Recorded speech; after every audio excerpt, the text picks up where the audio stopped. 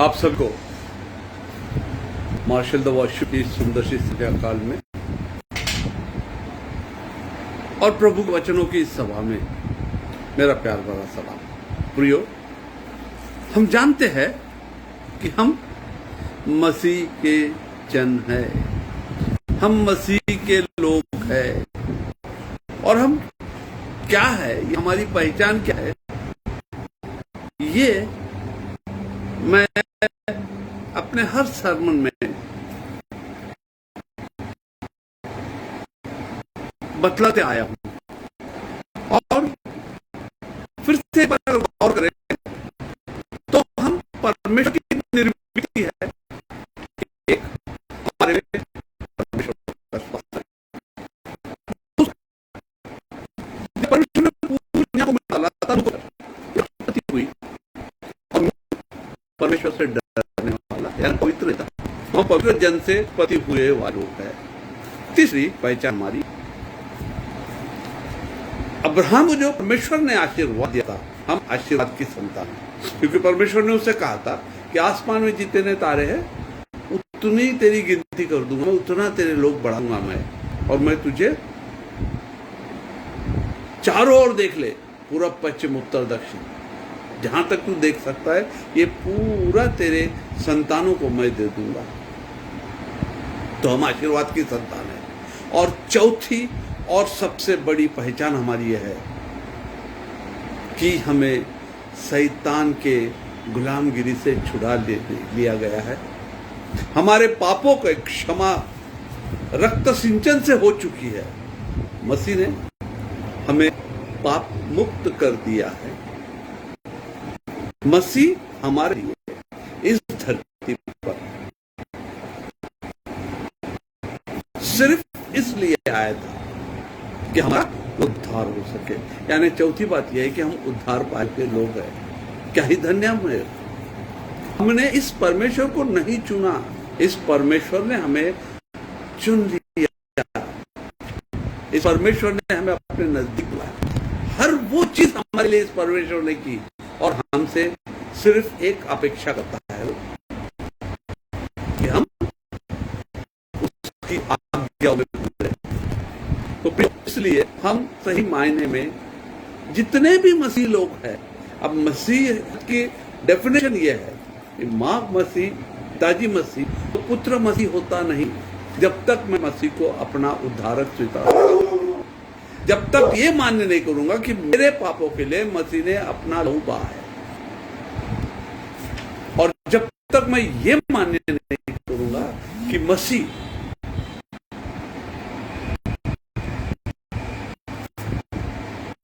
अपनी मृत्यु मेरे लिए, अपनी मृत्यु को तैयार होगा, अपनी जान दी, कब्र रखा गया और तीसरे दिन वो पुनरुत्थित हुए, यानी उन्होंने मृत्यु पर विजय पाया और आज वो जीवित है और हमारे साथ है। ये जब तक हम दिल से भरोसा नहीं करते, पूरे मन से, पूर्ण बुद्धि से जब तक हम ये विश्वास नहीं करते, तब तक हम मसीही नहीं हो सकते।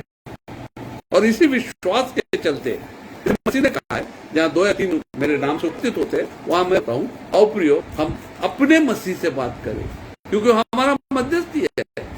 मेरी हर प्रार्थना को तो यहोवा तक पहुंचाने के लिए, मेरी प्रार्थनाओं को ले जाने के लिए, जैसे हम जानते हैं पुराने नियम में सबसे पहले मूसा जो यहोवा की बातें यहोवा के लोगों तक लाता था और लोगों की बातें यहोवा तक ले जाता था। आज हमारे लिए परमेश्वर का इकलौता पुत्र ही काम कर रहा है। तो हम कितने नसीबवान हैं। और आज इसलिए प्रिय हम उस को अपने साथ में महसूस दुआ चाहता हूं कि जब मैं दुआ करता हूं हर एक अभी सुन रहा है, क्योंकि हम सब एक होकर इस सभा में उपस्थित हुए हैं। भले अपने अपने घरों में बैठे हैं, मगर हम एक दिल से इस सभा में उपस्थित हुए हैं। और इसीलिए मैं चाहता हूं कि हर एक व्यक्ति हाथ जोड़ ले और अपनी प्रार्थना करे, ताकि, क्योंकि जानते हैं जब हम प्रार्थना करते तो हम खुदा से बात करते हैं। आओ हम दुआ करें।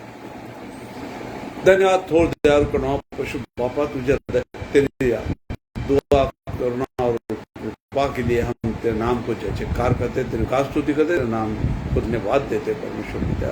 परमेश्वर पिता इस भयंकर ऐसे काल में तो हम सबको तेरे राज में आनंद आनंद आनंद करते हुए जिलाता है, इसलिए हम तेरे नाम को धन्यवाद देते हैं, स्तुति करते हैं। परमेश्वर पिता दिन भर और अभी तक इस मरीज को हमारे पास आने नहीं दिया है और तेरा रक्षक कवच हमारे चारों ओर रहा, तेरे नाम का जय जयकार करते हैं। परमेश्वर पिता हम विनती करते परमेश्वर बाप आज की इस सभा का चालक मालक हो, आज की इस सभा में परमेश्वर पिता तेरे वचनों को मानना, तेरे लोगों तक पहुंचाने के लिए मुझे पवित्र आत्मा की तरफ और से ज्ञान बुद्धि शक्ति दे। मेरे मुख से निकलने वाला हर शब्द तुझे मंजूर हो, मेरे होठों को और जुबान को स्पर्श कर, सुनने वालों को ज्ञान चक्षु प्रकाशित कर और होने दे परमेश्वर पिता कि ये तेरा वचन हमारे दिलों की गहराई में जाके हम इस वचन को समझ सके और इस वचनों के मुताबिक चल सके, ऐसे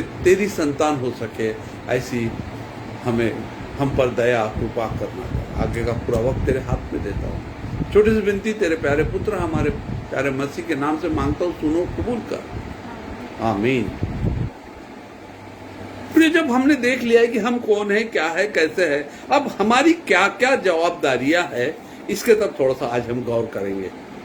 क्या सिर्फ मसीह ने मेरे लिए अपना लहू बहा दिया, मेरे पापों को अपने लहू से धो दिया और मुझे शैतान के चंगुल से निकाल दिया और अब सब खत्म हो गया, अब मुझे कुछ नहीं करना है?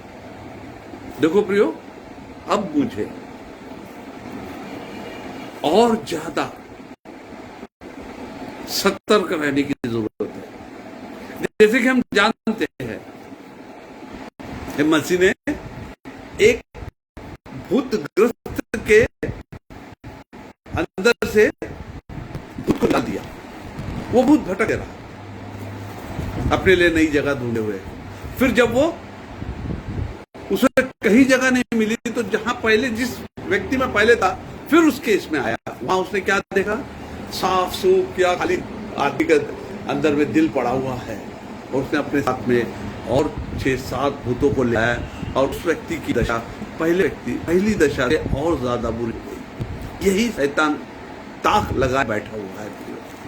जहां हम थोड़ा सा ढिलाई कर लेते हैं, शैतान हम पे आक्रमण करने की कोशिश करता है। आज भी मैं आप सबसे क्षमा चाहूंगा कि थोड़ा सा नेट का प्रॉब्लम है, कहीं कहीं आवाज रुक के आएगी, हवा धुंध चल रही है बाहर में और नेट में थोड़ा सा प्रॉब्लम है, तो कृपया इस नेट की तकलीफ के मुझे क्षमा करें। प्रियो, अब जब हम अपने आप को मसीह कहलाते हैं तो हमारी जवाबदारियां बढ़ जाती है। हम अभी कॉमन व्यक्ति नहीं रहते हैं, क्योंकि पौलुस कहता है कि अगर हमारा बपतिस्मा होता है तो हमारा पुराना मनुष्य खत्म हो जाता है, हम नई सृष्टि होती है। और हम जानते हैं नई सृष्टि हम सब देखते हैं, एक बीज को जब हम जमीन में डाल देते हैं, एक बीज जमीन में डालते हैं, उसका एक अंकुर होता है, बड़ा सुंदर प्यारा और बहुत ही अट्रैक्टिव दिखता है। मेरे वो बदला है? क्या मेरा मनुष्यत्व बदल गया है? क्या मैं नई सृष्टि हूं जो पौलुस कहते हैं? पौलुस ये भी नई सृष्टि थी, क्योंकि जब तक वो शाऊल था उसने मसीह के अनुयायियों को, मसीह के पीछे चलने वालों को, मसीह की आज्ञाओं को मानने वालों को ही तकलीफ देने की कोशिश की थी, यहां तक कि वो उस चीज के लिए अधिकार पत्र लेके निकला था। और प्रियो, जब उसे मसीह का दर्शन हुआ तो हम जानते हैं कि शाऊल का पौल हो गया। पौलुस उसके बाद में उसने बड़े बड़े काम किए। पौलुस अपना पुराना मनुष्यत्व भूल गया था, या उसके पुराना मनुष्यत्व खत्म हो गया था, और फिर उसने एक नया मनुष्यत्व उसमें आया। और पौलुस बहुत ही स्पष्टता से अपने जिंदगी के बारे में बताता है। वो कहता है मुझे तकलीफ हुई, कोड़े खाया, जेल में गया, कई बार मुझे पत्थरों से मारा गया, मगर वो अपने मिशन से बाजू नहीं हुआ, या वो मसीह से दूर नहीं हुआ। और इसलिए प्रियो, वो जो कर सका वो आज हमारे आंखों से दिख रहा है। हम जब भी पवित्र शास्त्र पढ़ते हैं, उसने जो पत्रियां लिखी है उसमें वो हर चीज को इस सरलता से हमारे को बताता है। वो पत्री सिर्फ जिनको उसने लिखी है, या ना करंथियों को अगर लिखी है तो सिर्फ करंथियों के लिए नहीं है प्रियो, आज वो पत्री हमारे लिए भी है। अगर हम गौर से पढ़ते हैं तो पौलुस हमसे क्या कहना चाहता है, ये हमें उन पत्रियों को पढ़ने के बाद में महसूस होता है, एहसास होता है। करंथी करस को लिखता है, बाकी लोगों को लिखता है, उसमें वो सिर्फ मसीह के स्वभाव के बारे में, मसीह लोगों के बर्ताव के बारे में, मसीह लोगों ने कैसे रहना है इस बारे में कहता है। और मसीह भी हमसे बहुत छोटी चीज मांगते हैं, जैसे कि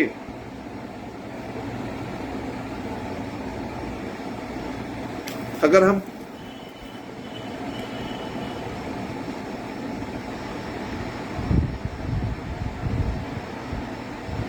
यूहन्ना लिखित सुसमाचार इसका 13वां अध्याय देखते हैं, उसमें 34 और 35 आयत कहती है, मैं तुम्हें एक नई आज्ञा देता हूं। मसीह ने अपने चेलों को, जो उसको सुन रहे थे, जो उनके साथ थे, उनको क्या कहते हैं कि मैं तुम्हें एक नई आज्ञा देता हूं। क्या आज्ञा देता हूं? एक दूसरे से प्रेम रखो। कुछ नहीं मांगता हमारा परमेश्वर, हमारा परमेश्वर कुछ भी नहीं मांगता हमसे, वरन हमें देने के लिए बैठा। मांगो तो तुम्हें मिलेगा, खटखटाओ तो तुम्हारे लिए खुल जाएगा। मांगो तो तुम्हें मिलेगा। यहां पूरे पवित्र शास्त्र में ऐसा कहीं भी लिखा नहीं है कि तुम मुझे दो, और अगर बोला है तो उसके बाद का अगर हम वाक्य पढ़े तो हमें उससे कई पट देने का आश्वासन हमको इस पवित्र शास्त्र में ही मिलता है। तो मसीह हमसे सबसे पहले ये करते हैं कि मैं तुम्हें एक नई आज्ञा देता हूं। चाहते तो वो और कुछ भी बोल सकते थे, बहुत कुछ कर सकते थे, मगर उन्होंने क्या कहा, मैं तुम्हें एक नई आज्ञा देता हूं कि एक दूसरे से प्रेम रखो। और 35 में कहते हैं, यदि आपस में प्रेम रखोगे तो, देखो भाई, यदि आपस में प्रेम रखोगे तो हमारा क्या होगा, इसके बारे में भी मसीह स्पष्ट रूप से कह देते हैं। यदि आपस में प्रेम रखोगे तो इसी से सब जानेंगे, इसी से सब जानेंगे क्या, कि तुम मेरे चेले हो, है ना। अगर हम आपस में प्रेम रखते हैं तो हम मसीह के चेले दिखने लगेंगे, ऐसे मसीह खुद कहते हैं। क्या ही धन्य है वो व्यक्ति, उसने अपने नाम को कहीं भी नहीं बड़ा किया, अपने आप को कहीं भी बड़ा नहीं किया। उसने हमसे जो कुछ भी करने लगा है वो हमारे लिए, हमें ही करना, हमें सिर्फ प्रेम करना है आपस में। और मसीह कहते हैं कि अगर हम सही मायने में आपस में प्रेम करेंगे तो हम मसीह के चेले कहलाएंगे, चेले जैसे दिखेंगे, लोग हमें पहचानेंगे कि ये मसीह की लोग हैं। और मसीह कौन? जो परमेश्वर का इकलौता पुत्र था, जिसने यूहन्ना से बपतिस्मा लिया, उसके बाद में 3.5 साल अपनी मिनिस्ट्री की, जैसे कि इन यूहन्ना 3:16 में हमको सबको मुख्य पाठ है, हमको याद है वो 3:16, मगर 17 में वो कहते हैं कि वो न्याय करने के लिए नहीं आया था, वरन वो हमारे उद्धार के लिए आया था। कौन होते हैं हम? इसका जवाब मैंने शुरू में दे दिया कि हमारी 4 पहचाने हैं। हम परमेश्वर के हाथ की कृति है, पवित्र जन की उत्पत्ति है, आशीर्वाद की देन है और लहू से धोए हुए लोग हैं। और इसीलिए हम पापियों को पापों से मुक्त करने के लिए मसीह इस धरती पर आए और उन्होंने अपने 3.5 साल का जो उनका कार्यकाल था, उस कार्यकाल में उन्होंने दुनिया के लिए बड़ी बड़ी चीजें की, जो मसीह के लिए कोई बड़ी बात नहीं थी। वो खुद खुदा थे, वो परमेश्वर थे, परमेश्वर के पुत्र थे, उनके लिए तो ऐसा कोई बड़ी बात नहीं थी।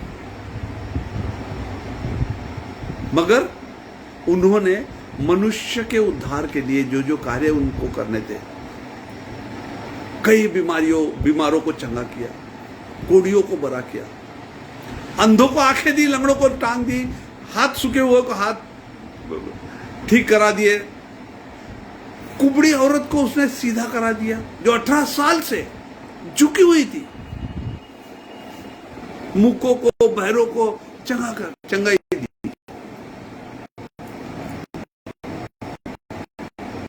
और ये सब करते वक्त मसीह का सिर्फ एक था कि परमेश्वर के जनों का उद्धार।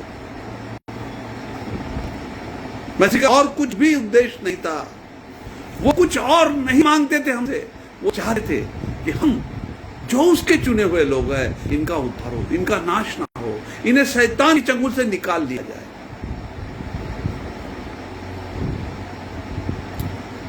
हम यूहन्ना लिखित सुसमाचार इसका 9वां अध्याय और उसके कुछ 1 से लेकर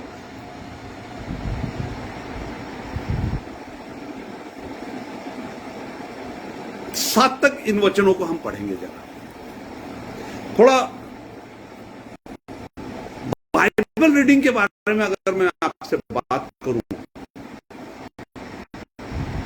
प्रियो, मैं ये नहीं कहता कि मुझे सब ज्ञात है, मगर जो मुझे आत्मा बताती है, जो मुझे परमेश्वर मार्गदर्शन करता है, उसी के मुताबिक मैं बोलने की, उसी के मुताबिक मैं आपसे रूबरू होने की कोशिश करता हूं। और मेरी ये सब लोगों से विनती है कि जब भी हम बाइबल पढ़ते हैं तो हम सिर्फ आंखों से बाइबल नहीं पढ़ेंगे। ये कोई नॉवेल है प्रियो, ये दुनिया की एकमेव संकलन है, इसे किताब भी मत कहना। ये दुनिया की एकमेव संकलन है जिसके नाम के सामने पवित्र लिखा जाता है, होली बाइबल, पवित्र शास्त्र।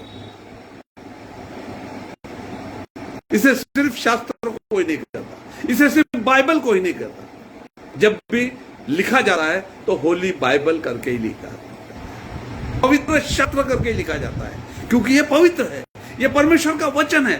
हम जब संडे स्कूल थे तो हमें हमारे टीचर लोग कहते थे कि जब हम वचन पढ़ते हैं तो परमेश्वर हमसे बात करता है, यानी ये वचन खुद हमसे बोलते हैं। और इसलिए मेरी आपसे विनती है कि कभी भी पवित्र शास्त्र पढ़ते हो आंखों से ना पढ़े तो दिल से पढ़े, दिल की गहराई से इसके एक एक वचन को पढ़े। मैं ये नहीं कहता कि एक दिन में पूरा शास्त्र पढ़ लो, 2 वचन पढ़ो, 4 वचन पढ़ो, जितना तुम पढ़ सकते हो उतना पढ़ो। और आप देखोगे कि जब हम दिल से बाइबल पढ़ते हैं तो बाइबल खुद हमसे बात करके, बाइबल हमें समझता है, बाइबल हमें बताता है, बाइबल हमें उसने किस चीज के लिए क्या वचन है ये हमारे हृदय तक पहुंचाता है। और परमेश्वर का वचन दुधारी तलवार है, अपना कार्य किए बगैर वो वापिस आता नहीं, और परमेश्वर थटा में उड़ाने की चीज नहीं है। अगर हम सही मायने में दिल से वचन पढ़ते हैं तो वचन अपना कार्य जरूर करता है। हाँ और आमीन में उत्तर देता है। मगर हां, परमेश्वर हर चीज अपनी योजना के मुताबिक करता है। वो मनुष्य नहीं है, या वो अपनी तारीफ हो इसलिए हमने प्रार्थना कर लिया और लिया ले तुझे दे दिया, ऐसा नहीं। उसकी योजनाएं होती है और वो अपनी योजना के मुताबिक ही कार्य करते हैं। परमेश्वर हमारी सुध जरूर लेते हैं, और इसीलिए प्रियो, हम जब भी बाइबल पढ़ते हैं तो हम दिल से बाइबल पढ़ेंगे। सिर्फ नॉवेल पढ़े जैसा बाइबल कभी मत पढ़ना, प्लीज। तो आइए हम देखते हैं यूहन्ना लिखित सुसमाचार, इसका 9वां अध्याय। जाते हुए उसने एक मनुष्य को देखा जो जन्म से अंधा था। शब्दों की तरफ ख्याल दो मेरे प्रियो। जाते हुए उसने देखा जो जन्म से अंधा था। उसके चेले ने उससे पूछा, हे रब्बी, किसने पाप किया था कि यह अंधा जन्मा, इस मनुष्य ने या इसके माता पिता ने? प्रियो, हम बहुत ही कॉमनली बात करते हैं, अरे यार इसने पाप किया था इसलिए अंधा हो गया, इसने पाप किया था इसलिए इसको परेशानी आ गई। और यही सर्वसाधारण बात चेलों के दिमाग में भी थी। और चेले उससे पूछते हैं, जब एक जन्मांध उसके सामने आता है। प्रियो को, हमारे परमेश्वर के कार्य करने की पद्धति भी कितनी अलग है। जब चेलों ने उससे पूछा कि मसीह, ये जो जन्मांध है, ये जन्म से अंधा है, ये किसके पापों के कारण है? ये पाप की सजा मिली है? हमें किसी दूसरों के पापों की सजा कभी नहीं मिलती। अगर बाप ने खट्टा खाया है तो बाप के दांत ही खट्टे होंगे, अगर बेटे ने खट्टा खाया है तो बेटे के ही दांत खट्टे होंगे। तो प्रियो, जब चेलों ने पूछा, ये अपने पापों के कारण अंधा है या इसके माता पिता के पापों के कारण अंधा है? यीशु ने उत्तर दिया,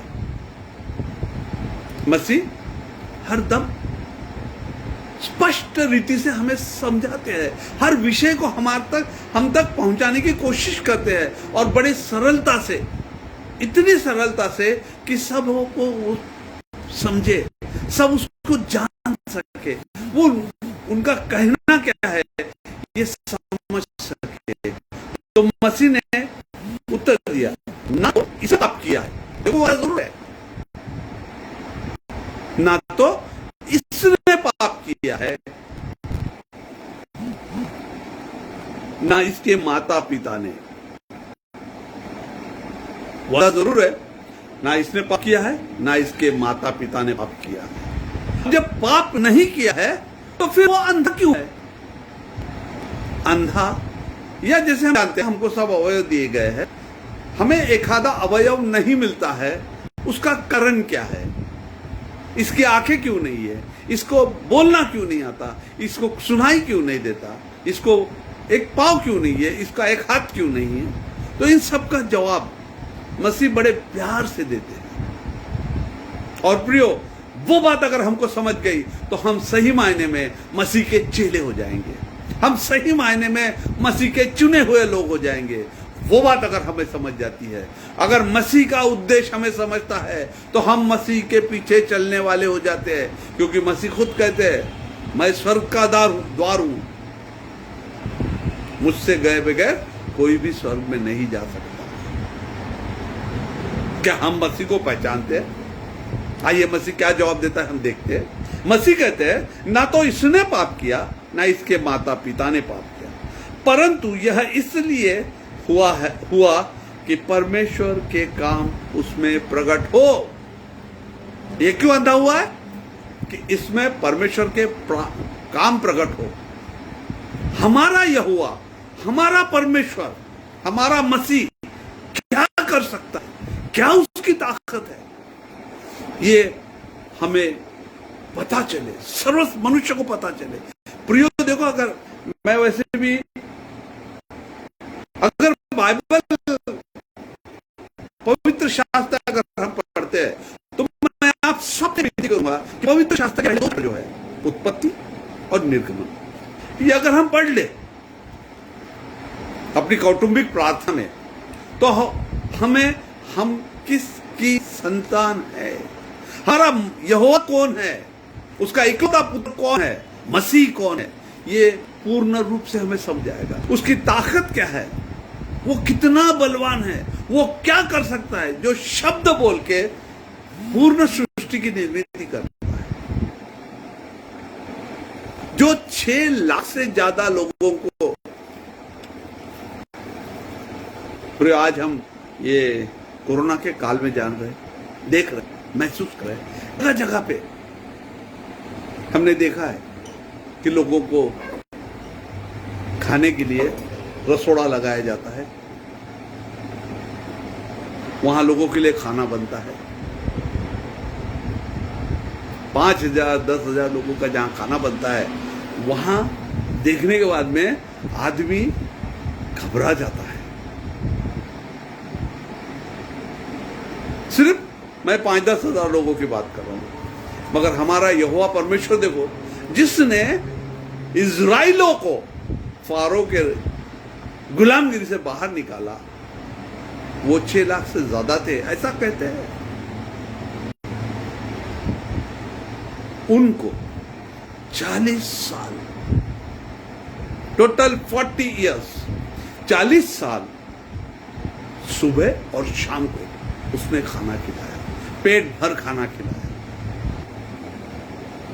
40 साल कम नहीं होते प्रियो, 40 साल गुना 12 गुना 30 या 31 पकड़ लो। यहां अगर हम पेपर पढ़े तो गवर्नमेंट ने 1 महीने में गरीबों को खाना खिलाने को कितना खर्चा किया, गरीबों को अनाज बांटने में कितना खर्चा किया, ये हम खुद जानते हैं। वैसे भी अब कुछ चर्चेस में भी, हमारे भी चर्च में ये हुआ था कि जो बस्ती के लोग है ना, गरीब झुग्गी वाले लोग हैं, वहां के लोगों को 1 महीने का राशन दिया गया थैले में बना के। और हमने देखा है कि कितना खर्चा आता है, कितनी परेशानी होती है। और ये यहोवा जिसे मसीह ने हमें कहा है कि उसे पिता कहो। मसीह को जब मसीह अपने चेलों को से क्या कहते हैं, तुम जब प्रार्थना करो तो ऐसा कहो। अधिकारवाणी मसीह ने हमसे जब जब भी बात की है, एक अधिकारवाणी में बात की है। वो कहते हैं कि तुम जब प्रार्थना करो तो ऐसे कहो, हे मेरे स्वर्गीय पिता। वो जो परमेश्वर जिसने शब्द बोला और आकाश और पृथ्वी का निर्माण किया, जिसने सारी अच्छी चीजों को बनाया, जिसने सब सुख सुविधाएं अपने लोगों को दी, उसे हमें पिता कहने का अधिकार मसीह के द्वारा मिला है। इसीलिए मसीह कहते हैं कि ना ही इसने पाप किया है और ना ही इसके माता पिता ने पाप किया है, परंतु यह इसीलिए हुआ कि परमेश्वर के काम उनमें प्रकट हो। जिसने मुझे भेजा है, हमें उसके काम दिन ही दिन में करना अवश्य है। वह रात आने वाली है जिसमें कोई काम नहीं कर सकता। 4था वचन,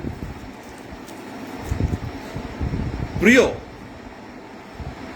अगर हम महसूस करें, इस वचन की गहराई में जाए, तो हमें यह पता चलता है, मसीह कहते हैं कि जो भी अच्छे काम है, परमेश्वर के जो काम है, वो दिन में करो, क्योंकि अच्छे काम सिर्फ उजेले में होते हैं।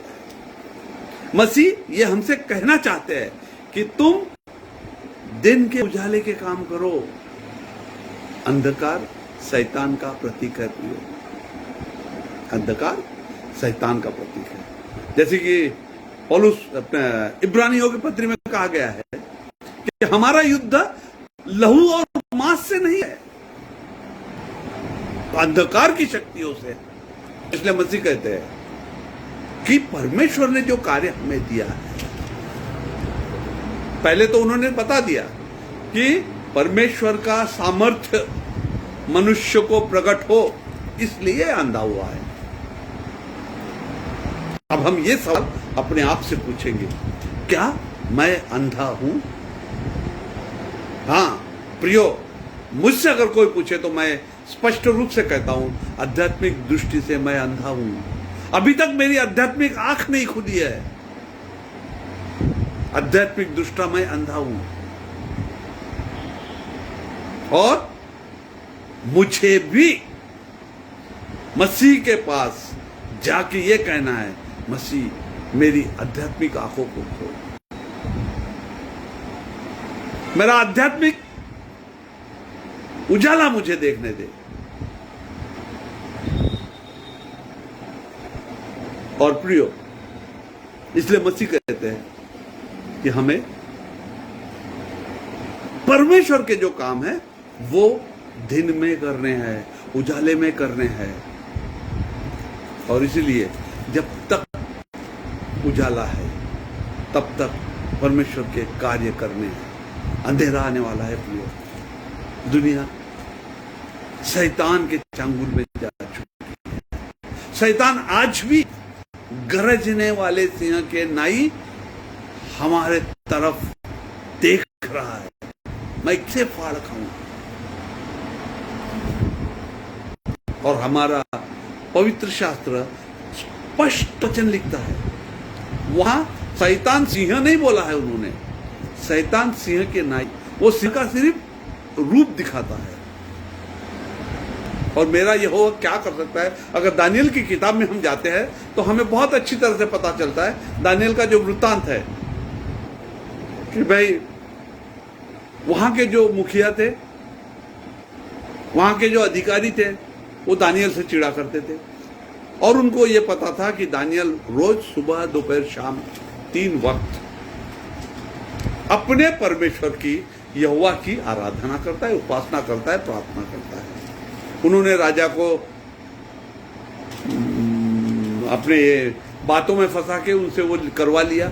और राजा से उन्होंने ये आज्ञा पूरे देश में फैला दी कि 30 दिन तक कोई भी राजा के सिवा किसी को भी नमन नहीं करेगा। और इसके पीछे सिर्फ चाल ये थी कि वो दानियल को फंसा पाए। और उन्होंने वही किया। और जाके उन्होंने राजा से बताया। राजा ने दानियल से के बारे में देखा और दानियल से प्यार करता था राजा, मगर अपने ही वचनों में फंस होने के कारण उसे सिंह की खो में, जो कई दिनों से भूखे थे, उन्होंने पत्थर हटा के दानियल को डाल दिया। उसमें हम ये देखते हैं कि राजा रात भर सो नहीं पाया, बेचैन रहा। वो जानता था दानियल पवित्र है, दानियल निर्दोष है, दानियल परमेश्वर को मानने वाला, परमेश्वर का भक्त है। मगर हमारे परमेश्वर की शक्ति वो नहीं जानता था, हमारे परमेश्वर की ताकत वो नहीं जानता था। और भोर को सबसे पहले पहर को उठ के वो वहां गया। उसने बाहर से आवाज लगाई, हे दानियल, क्या तेरे परमेश्वर ने तुझे बचा लिया है? क्या सुंदर शब्द है, क्या सुंदर वाक्य है प्रियो। क्या तेरे परमेश्वर ने तुझे सिंहों से बचा लिया है? और दानियल अंदर से कहते हैं, हाँ राजा,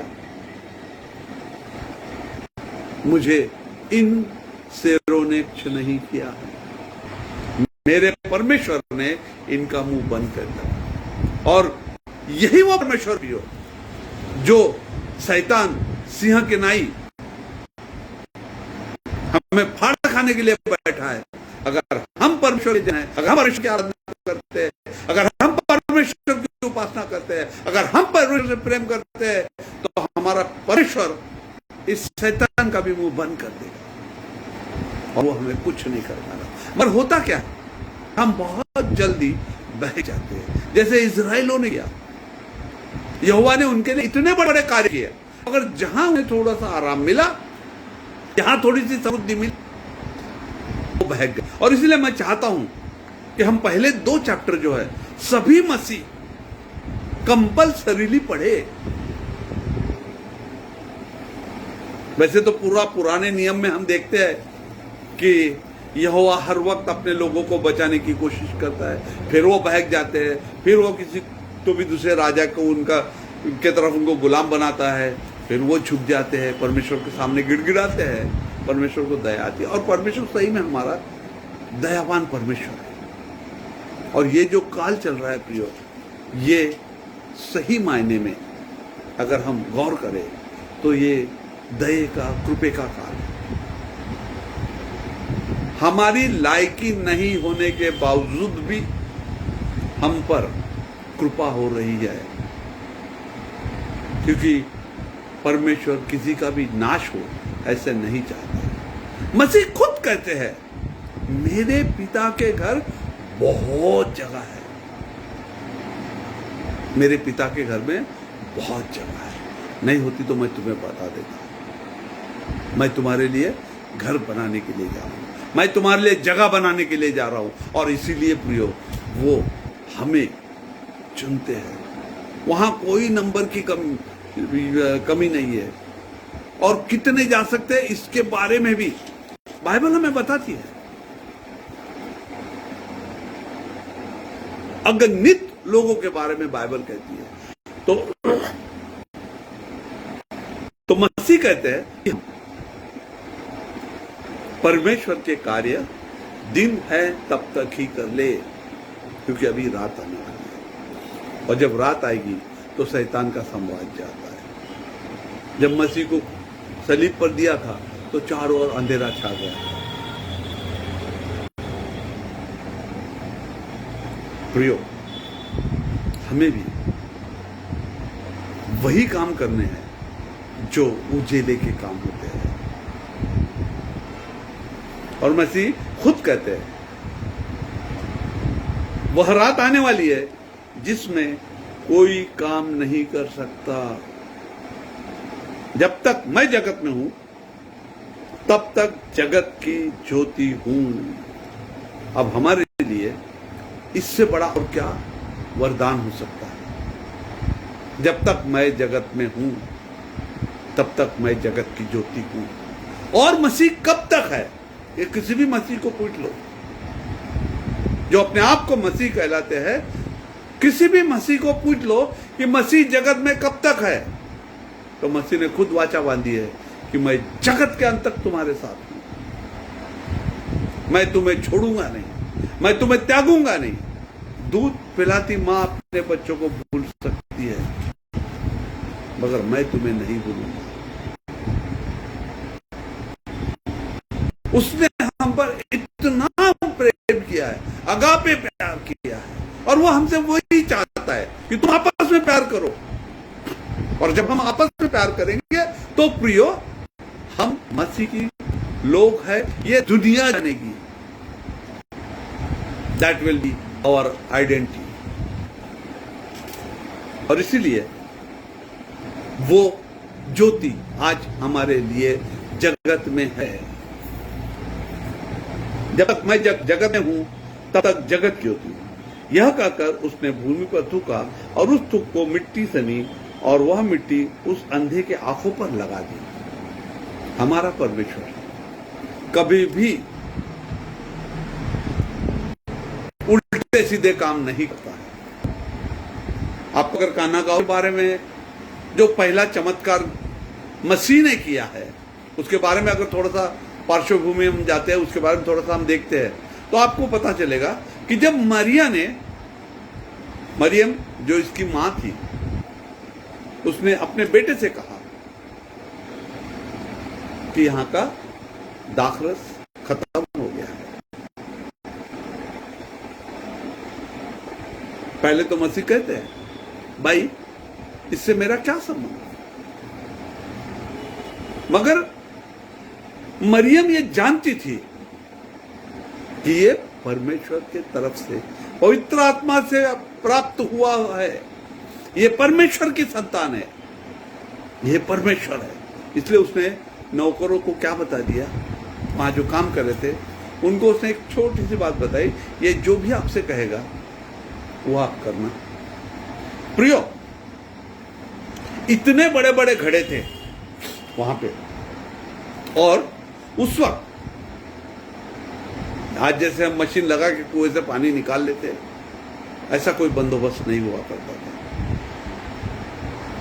पायरियों से नीचे उतरा जाता था और पानी भरा जाता था। जब मसीह ने उनसे कहा कि इन्हें पूरा भर दो, मसीह ने उन खाली घड़ों पे हाथ रख के नहीं कहा इनका दाखरख बन जाए, मगर उसने इनसे कहा, चाकरों से कहा, नौकरों से कहा कि इन्हें पानी से भर दो। और अगर हम मसीह की आज्ञाओं को मानते हैं, मसीह की आज्ञाओं को खट्टे में उड़ाना नहीं है, हमें उसकी हर आज्ञा को मानना है। अगर हम उसकी आज्ञा मानते हैं तो हमें फल मिलता है, और वही उस नौकरों ने किया। उन्होंने किसी ने नहीं सोचा ये कौन होता है हमें बताने वाला, या हम ये क्यों करें। जैसे उसने कहा मसीह ने, उन्होंने जाके उनको भर के रख दिया। मसीह ने दुआ की और वो दाखरस लोगों में बांटने के लिए दिया। और हम जानते हैं उस दाखरस का तारीफ हुई, उस दाखरस को लोगों ने सराहा। लोग कहने लगे कि हर घर में, हर जगह पे पहले अच्छा दिया जाता है, और जब एंड आता है, जब खत्म हो जाता है, तो खराब या सेकेंडरी या थोड़ा कम टेस्ट वाली चीजें दी जाती है। मगर हमारे को तो बाद में जो आया वो पहले से अच्छा था। तो प्रियो, मैं बता रहा था, मसीह हमारे से जो जो कहता है, मसीह की आज्ञाओं को मानना हमारे लिए इसलिए जरूरी है। अगर हमें फल चाहिए तो हमें मसीह की आज्ञा माननी पड़ेगी। हमें कुछ मसीह की सेवा करनी पड़ेगी, ऐसा नहीं कह रहा हूं मैं। हमें कुछ बड़ा दिव्य नहीं करना पड़ेगा, मगर मसीह जो आज्ञा देते हैं, और उन्होंने सुंदर सी आज्ञा दी कि तुम आपस में प्रेम करो,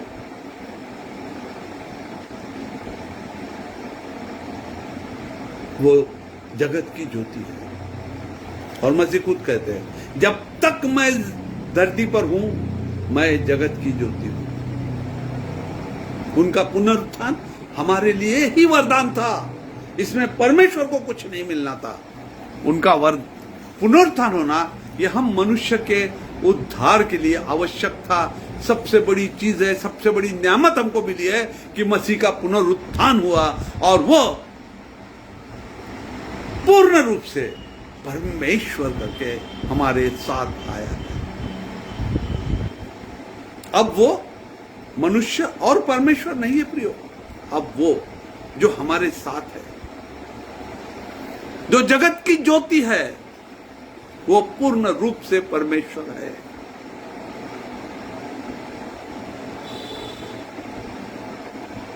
और हम जानते हैं कि जैसे यूहन्ना 17 में लिखा है, वो अभी फिलहाल वो न्याय करने के लिए नहीं आया है, वरन हमारे उद्धार के लिए आया है। और जितनों ने उस पर विश्वास किया वो न्याय से बच जाएंगे, और जिन्होंने नहीं किया वो न्याय सभा में से खड़े हो जाएंगे, उनका न्याय होगा।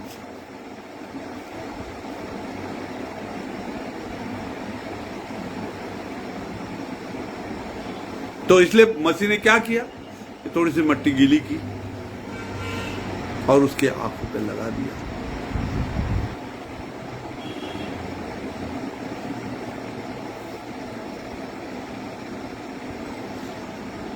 और उससे कहा,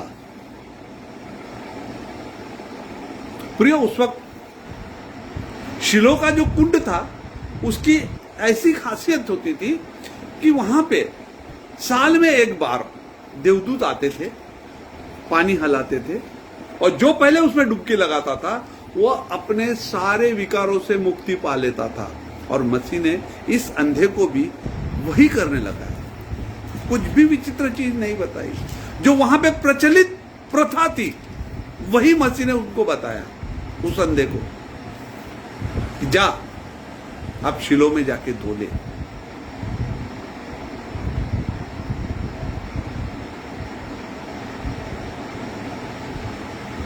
उसने जाके शिलो में धोया, उसने जाकर धोया और देखता हुआ लौट आया। जो अंधा था,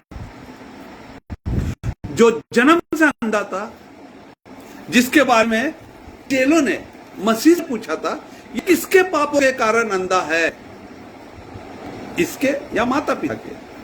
मसीह ने जवाब दिया था कि ना ये खुद के ना माता पिता के अंधों पाप के कारण अंधा है, वरन परमेश्वर का सामर्थ्य प्रकट करने के लिए, परमेश्वर क्या कर सकता है, परमेश्वर की क्या ताकत है, यह बताने के लिए, यह सबको दिखाने के लिए यह अंधा है।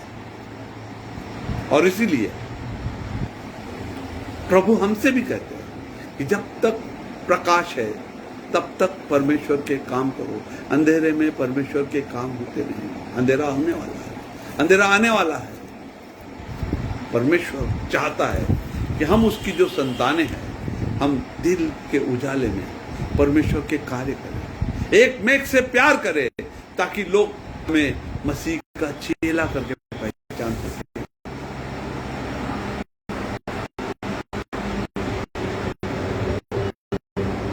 एक मराठी सुंदर सा सॉन्ग है, उसकी मुखा है, मी कुठेही कसाही सो, मी कुठेही कसाही इस्तेमाल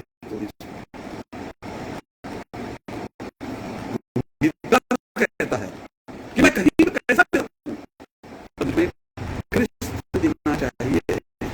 क्या हमारा बर्ताव ऐसा है? क्या हम कोशिश करते हैं? क्यों हमें हर चीज मूलता से मिल गई? और आज जिन जिन हमारे जीवन में अंधकार है, पलटने वाली है, सूरज निकलने वाला है। जैसे कि हम जानते हैं कि मसीह के हाथ में 2 चोरों को लटकाया गया था, एक राइट हैंड पे, एक लेफ्ट हैंड। लेफ्ट हैंड पे जो है उसने ठट्टा की परमेश्वर की, और जो राइट हैंड पे था शायद उसने मसीह के बारे में सुना होगा, मैं ये नहीं कहता, मगर फिर भी उस वक्त जब मसीह उसके साथ ही मर रहे थे, उसके साथ में सलीब पे चढ़ाए गए थे, एक तरह की तीनों को सजा हो रही थी, और उसका रिजल्ट तीनों को मालूम क्या होने वाला है। तीनों जानते थे कि हम सलीब पर मरने वाले हैं, मगर राइट हैंड पे चोर था, वो मसीह से कहता है, प्रियो, यहां तो उसके चेलों ने भरोसा नहीं किया था मसीह जब जी उठे थे, तो वो कब्र देख गए थे। उसके साथ जो लेडीज थी, वो सवेरे उठकर उसके कब्र पे दौड़ते हुए गई थी, जैसे कि उस वक्त की रीत थी।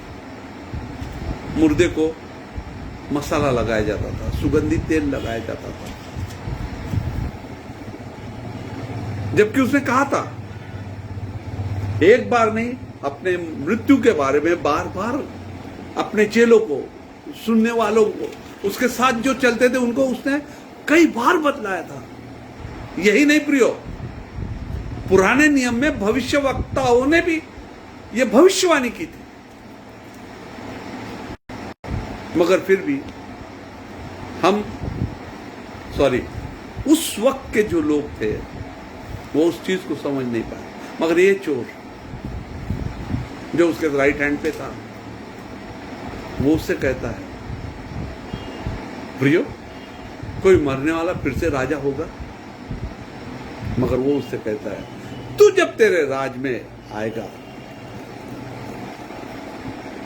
तो मेरी सुन लेना। ये विश्वास होना चाहिए। मसीह अपने राज में है, उसको आकाश और पृथ्वी का पूरा अधिकार दिया गया है। ये हम जानते हैं क्योंकि हम पुनरुत्थित मसीह को जानते हैं। हम पुनरुत्थित मसीह के ही चेले हैं, होने की कोशिश करते हैं, होने की कोशिश करना चाहिए। है या नहीं, ये परमेश्वर जानता है, क्योंकि हमारा परमेश्वर आत्माओं को जानता है। बाह्य रूप से उसे कुछ लेना नहीं है। वो तो यहां तक कहता है कि सुलेमान बादशाह अपने पूरे काल में इतना सुंदर सजा नहीं होगा जितना घास को वो सजाता है, जो सवेरे है और शाम को सूख जाती है। वो परमेश्वर हमारा परमेश्वर है। और प्रियो, ये चोर मसीह से ये कहता है कि तू जब अपने राज में आएगा मेरी सुध ले। कहां देखा था उसने मसीह का राज? कैसे उसको पता चला कि मसीह सही में समर्थवान है? जब हमारी मन की आंख खुल जाएगी। जैसे मैं पहले ही बोला, मैं अंधा हूं, मेरी मन की आंख, मेरी आध्यात्मिक आंखें बंद है। उस चोर की आध्यात्मिक आंख खुल गई। उसने कहा तू जब अपने राज में आएगा तो मेरी सुध लेना। और जैसे इस अंधे को आंख मिली, ये अंधा देख सका, वैसे मसीह ने उस चोर से कहा कि तू आज इसी वक्त मेरे साथ स्वर्गलोक में होगा। कहां होगा? स्वर्गलोक में होगा। अब स्वर्गलोक कहां है? सुखलोक में होगा। और सुखलोक कहां है? स्वर्ग में। जहां परमेश्वर का वास होता है वहां सुख है, वहां शांति है, वहां आनंद है। और उस चोर ने, जिसने जिंदगी भर पाप किए थे, जो खुद कबूल करता है कि हमें जो सजा हुई है वो हमारे गुनाहों के कारण हुई है, ये तो बेगुनाह है, इसने कोई गुनाह नहीं किया है, ये वो कबूल करता है। और उसके बाद वो विश्वास से इसे मसीह से कहता है कि तू जब अपने राज में आएगा तो मेरी सुन लेना। और प्रियो, ये हमारा मसीह है। आज अगर हम घुटने टेक दे, आज हम अपने पाप कबूल कर ले, उसके सामने नतमस्तक हो जाए, प्रायश्चित करने के लिए घुटनों पर आए, तो मसीह हमसे कहेगा आज इसी वक्त तू मेरे साथ सुखलोक में होगा। प्रियो, ये बहुत बहुत बहुत सादी चीज हमारा परमेश्वर हमसे चाहता है। और हमें अकेला नहीं छोड़ा है उसने, तो हमें मददगार दिया है उसने। अपने चेलों से कहता है, मैं अगर ऊपर नहीं गया तो मैं तुम्हारे लिए मददगार नहीं भेज पाऊंगा, मैं तुम्हारे लिए मददगार भेजता हूं। पवित्र आत्मा हमारे लिए उसने इस धरती पर भेजा है। पवित्र आत्मा हमें अगुवाई करता है, बशर्ते कि हम पवित्र आत्मा की अगुवाई को समझें, उसके मुताबिक चलने की कोशिश कर सके।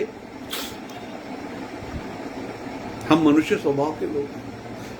पौलुस कहता है कि हम सब पापी है, हम सब ने पाप किया, मगर फिर भी हम पर हमें एक आशा है।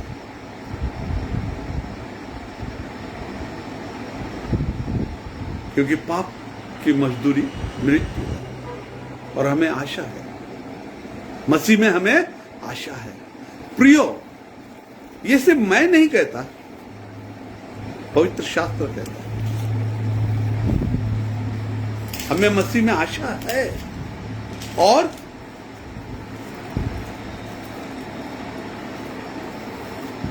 जैसे कि यूहन्ना ने स्वर्ग का दर्शन किया, उसको प्रकटीकरण हुआ। प्रकाशित वाक्य में यूहन्ना एक एक चीज को दोहराता है, हर चीज को जो वो देखता है उसे वो हम सबको बताता है। और उसमें उसने बताया कि जो 12 कुल थे, उनमें से हर एक कुल में से 12,000 लोग परमेश्वर के पास जाएंगे।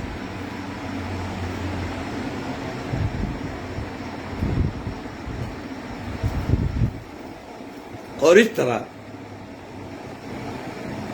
1,94,000 44,000 ये स्वर्ग में जाने वाले हैं। मगर यूहन्ना प्रकाशित वाक्य के 7वें अध्याय में 90वें वचन में कहता है, ये तो उसने बतला दिया कि 1,44,000 मैंने देखे वहां पे शुभ्र वस्त्र परिधान किए हुए बैठे हैं, ऐसा होता।